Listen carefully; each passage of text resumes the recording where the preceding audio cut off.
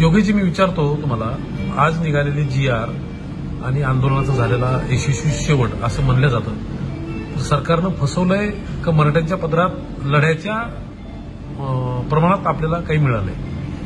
हे बघा, मनोजदादांच्या सारख्या प्रामाणिक नेतृत्वानं मला तो GR तपासून घ्यायची जबाबदारी दिली होती. काय याच्यात बघा, काय उणिवा असतील तर सांगा. आणि तिथंच आम्ही तपासलो. त्याच्या शब्दांमध्ये बऱ्याचपैकी पद्धतीने फेरफार केला गेलेला आहे. त्याच्यामध्ये कन्फ्युजन ठेवलं गेलेलं आहे, जेणेकरून येणाऱ्या हजारो मराठ्यांना, येणाऱ्या अनेक पिढ्यांना त्याचा त्रास होणार आहे. मनोजदादांना अनेक वकिलांनी घेरले आणि त्यांना मिसगाईड केलेलं आहे. माझं असं स्पष्ट म्हणणं आहे की सरकारनं आपल्याला फसवलेलं आहे. मनोजदादांनी अजूनही संयम बाळगावा. आम्ही त्यांच्या नेतृत्वात लढायला आजही तयार आहोत. ते आमच्यासाठी दैवत आहे. पण त्या GRचा बारकावा जर आपण वाचला तर आपल्याला त्याच्यातल्या अनेक उणिवा लक्षात येतील. हा GR कोणाला लाभाला मिळू शकतो? ज्यांच्या नोंदी कुणबी मराठा कुणबी किंवा कुणबी मराठा अशा असतील, अशा लोकांना त्याचा लाभ होईल.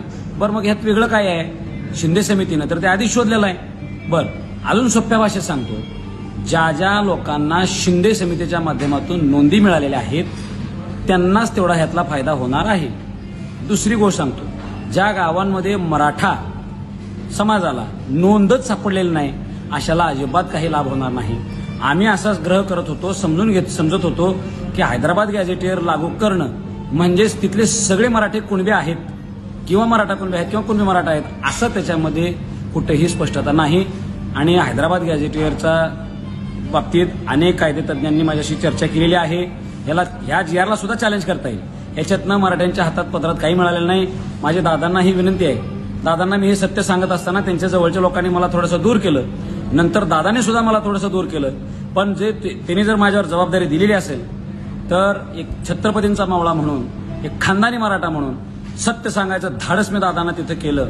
भलेही माझी गोष्ट आता त्यांना मान्य झाली नाही, पण त्यांना एक लक्षातही आलेलं आहे की योगेश केदार काहीतरी म्हणतोय म्हणजे त्यात खरं आहे. आणि आता मनोजदादांची प्रकृती आमच्यासाठी फार महत्वाची होती, म्हणून समाजाला सुद्धा समजून घ्यावं लागणार आहे. परत एकदा आपल्याला लढायची तयारी ठेवावी लागणार आहे. मनोजदादांसारखा हिरा आपल्याला गमावून चालायचा नाही. त्या नेतृत्वासारखा प्रामाणिक नेता नाही, हे माझं मत आहे. फक्त त्यांना काही लोक मिसगाईड करतात आणि शेकडो आत्महत्या झालेल्या, शेकडो लोकांच्या केलेल्या त्यागातून करोडो रुपये खर्च करून आत्ता जे काय आम्ही मुंबईला दाबलं होतं, सरकार घाबरलं होतं, न्यायालय सुद्धा घाबरलं होतं.